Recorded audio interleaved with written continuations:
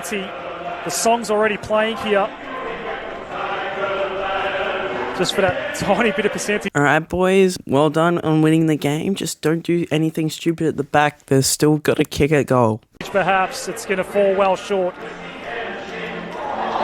And Samson Ryan's out. What did I just tell you not to do? I'm sorry, but I don't want to catch the ball. Hello everyone, and I welcome you all to the third episode of AFL this week.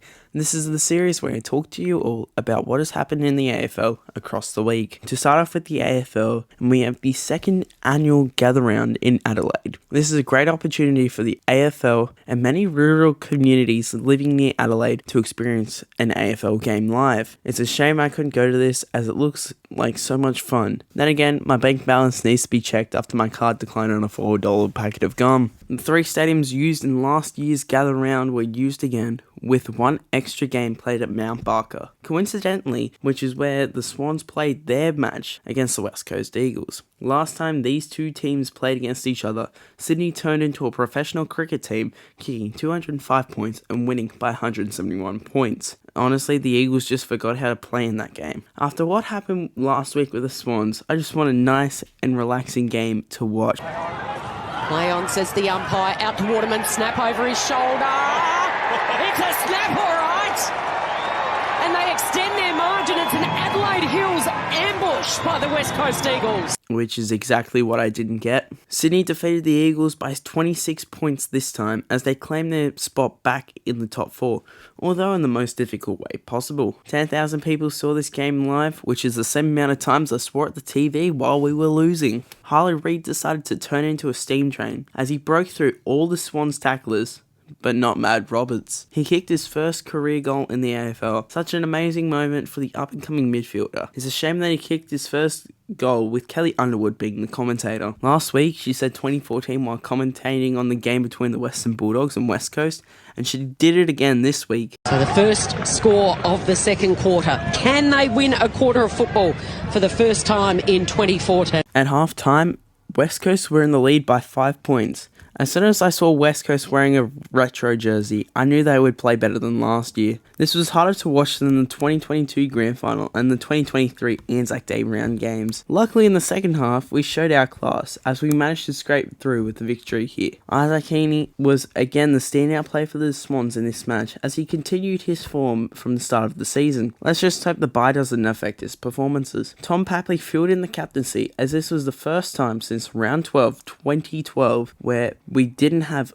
Luke Parker or Dane Rampe playing in the side. Taylor Adams played his first game for the Swans as he kicked his first goal for the club as well. Honestly, when we get our 3 All-Australian players back from injury, we might just have an illegal midfield and a competent defence. We are currently sitting third on the ladder, however we could end up in 7th after next week, as us and Collingwood have a bye. The start of the gather round games. It was a monumental clash between Adelaide and Melbourne. The last time gather round happened, Adelaide won the opening fixture against the Blues, and Adelaide needed a win here as they didn't want to start the season on 4, which is exactly what they did as they lost the game by 15 points to Melbourne. This game was supposed to show amazing footballers, but the only thing that was on show was a behind crazy game. Melbourne started the second quarter kicking 2 goals no behinds and ended that game with 10 goals and 18 behinds. But with misses like this, it is not a surprise that they kicked 18 behinds. Adelaide wasn't better than that either, as they kicked 8 goals 15. Keziah Pickett has landed another stint on the sideline after this hit he did on Adelaide midfielder Jake Saligo. Luckily, Saligo did see out the game, but Pickett has been punished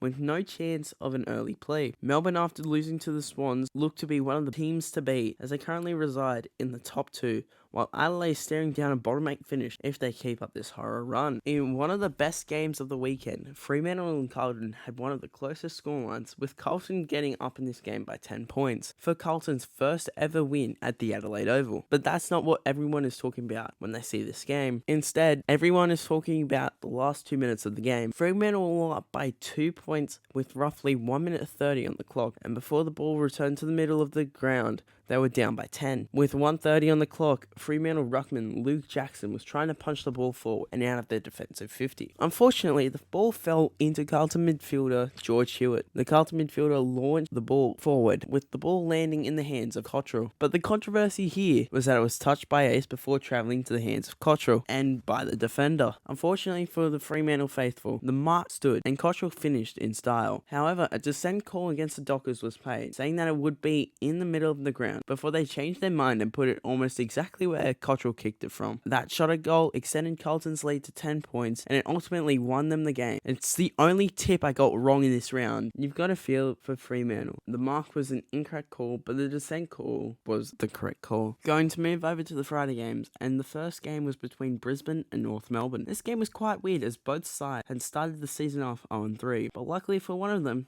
this game was there to break that drought. In the last video of AFL this week, I talked about this particular game. It's a shame that the video was out literally 24 hours after the game had finished, as Brisbane defeated North by 70 points to claim their first win of the season at Norwood Oval. The same oval which hosts a team that wants to become the 20th team in the AFL for North, and during the first quarter they got within 6 points and decided that was good enough and just played shit for Brisbane, and they still have got goal kicking issues, kicking 16 goals 16 behind. They were just lucky to be playing a team that Dangerous Footy has said are the equivalent of the Bye. The other Friday game has a recent history of having close games, as Port Adelaide took on Essendon. The last time these two played, Port Adelaide won it after the siren 78-74. Surely this game is Yeah, it was mainly not close. The reason I say that is because at the end of the first quarter, Port only led by 3 points before they obliterated Essendon as they forgot how to play, and Port managed to win the game by 69 points, in an almost exact scoreline as the game before. Essendon decided to turn up for just one quarter and then basically left the ground, probably just enjoying the Adelaide scenery. Essendon scored the same amount of points in the first quarter as they did in the rest of the game. They just used Gather Round to get a holiday in Adelaide. I'm glad I only watched up until half time because I had an assignment to finish. The last game for Gather Round on Saturday was, in my opinion, the best game of the round, as the Western Bulldogs hosted Geelong at the Adelaide Oval. The last time these two faced each other, the Dogs won their first match in Geelong in over 20 years, and many people didn't know who to tip. The margin didn't exceed 18 points until half time, with the Cats leading at the main break. The second half was different. Geelong kicked 7 goals to 5 to lead by 16 in 3/4 time before they kicked the first goal of the last term. Geelong had control over most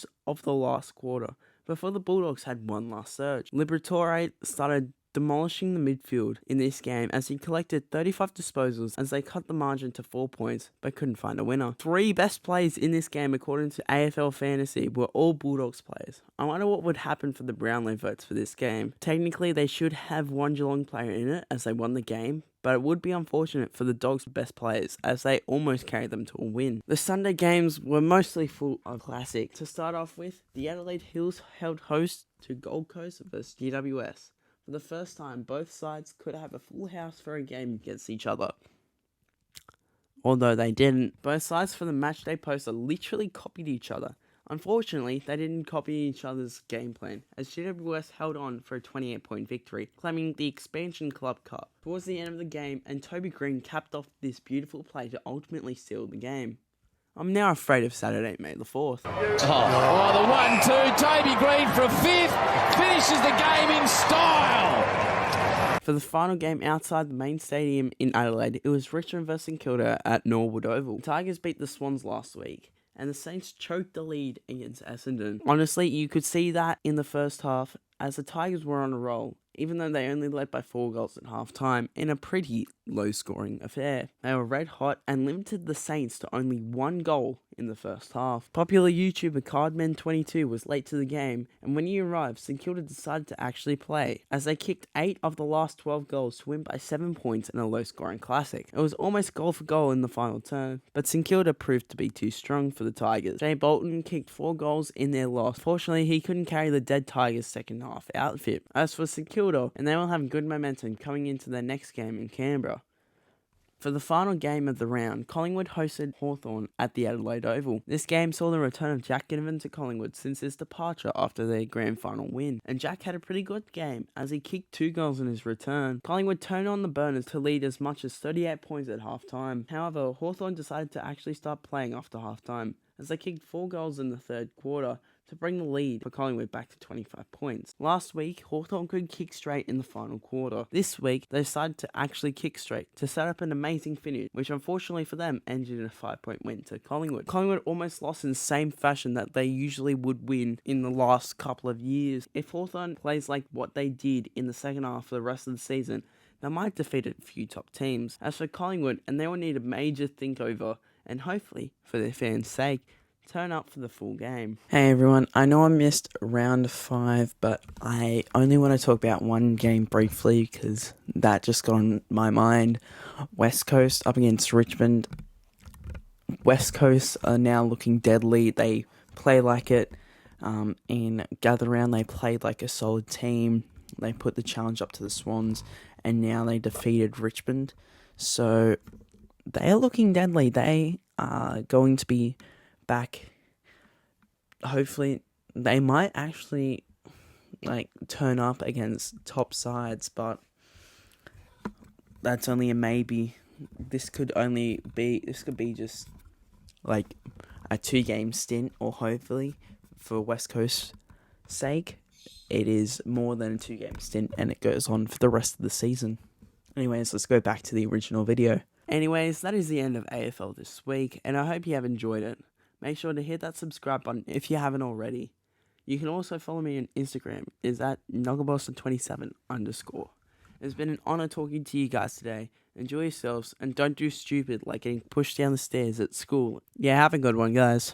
And when I'm back in Chicago, I see it.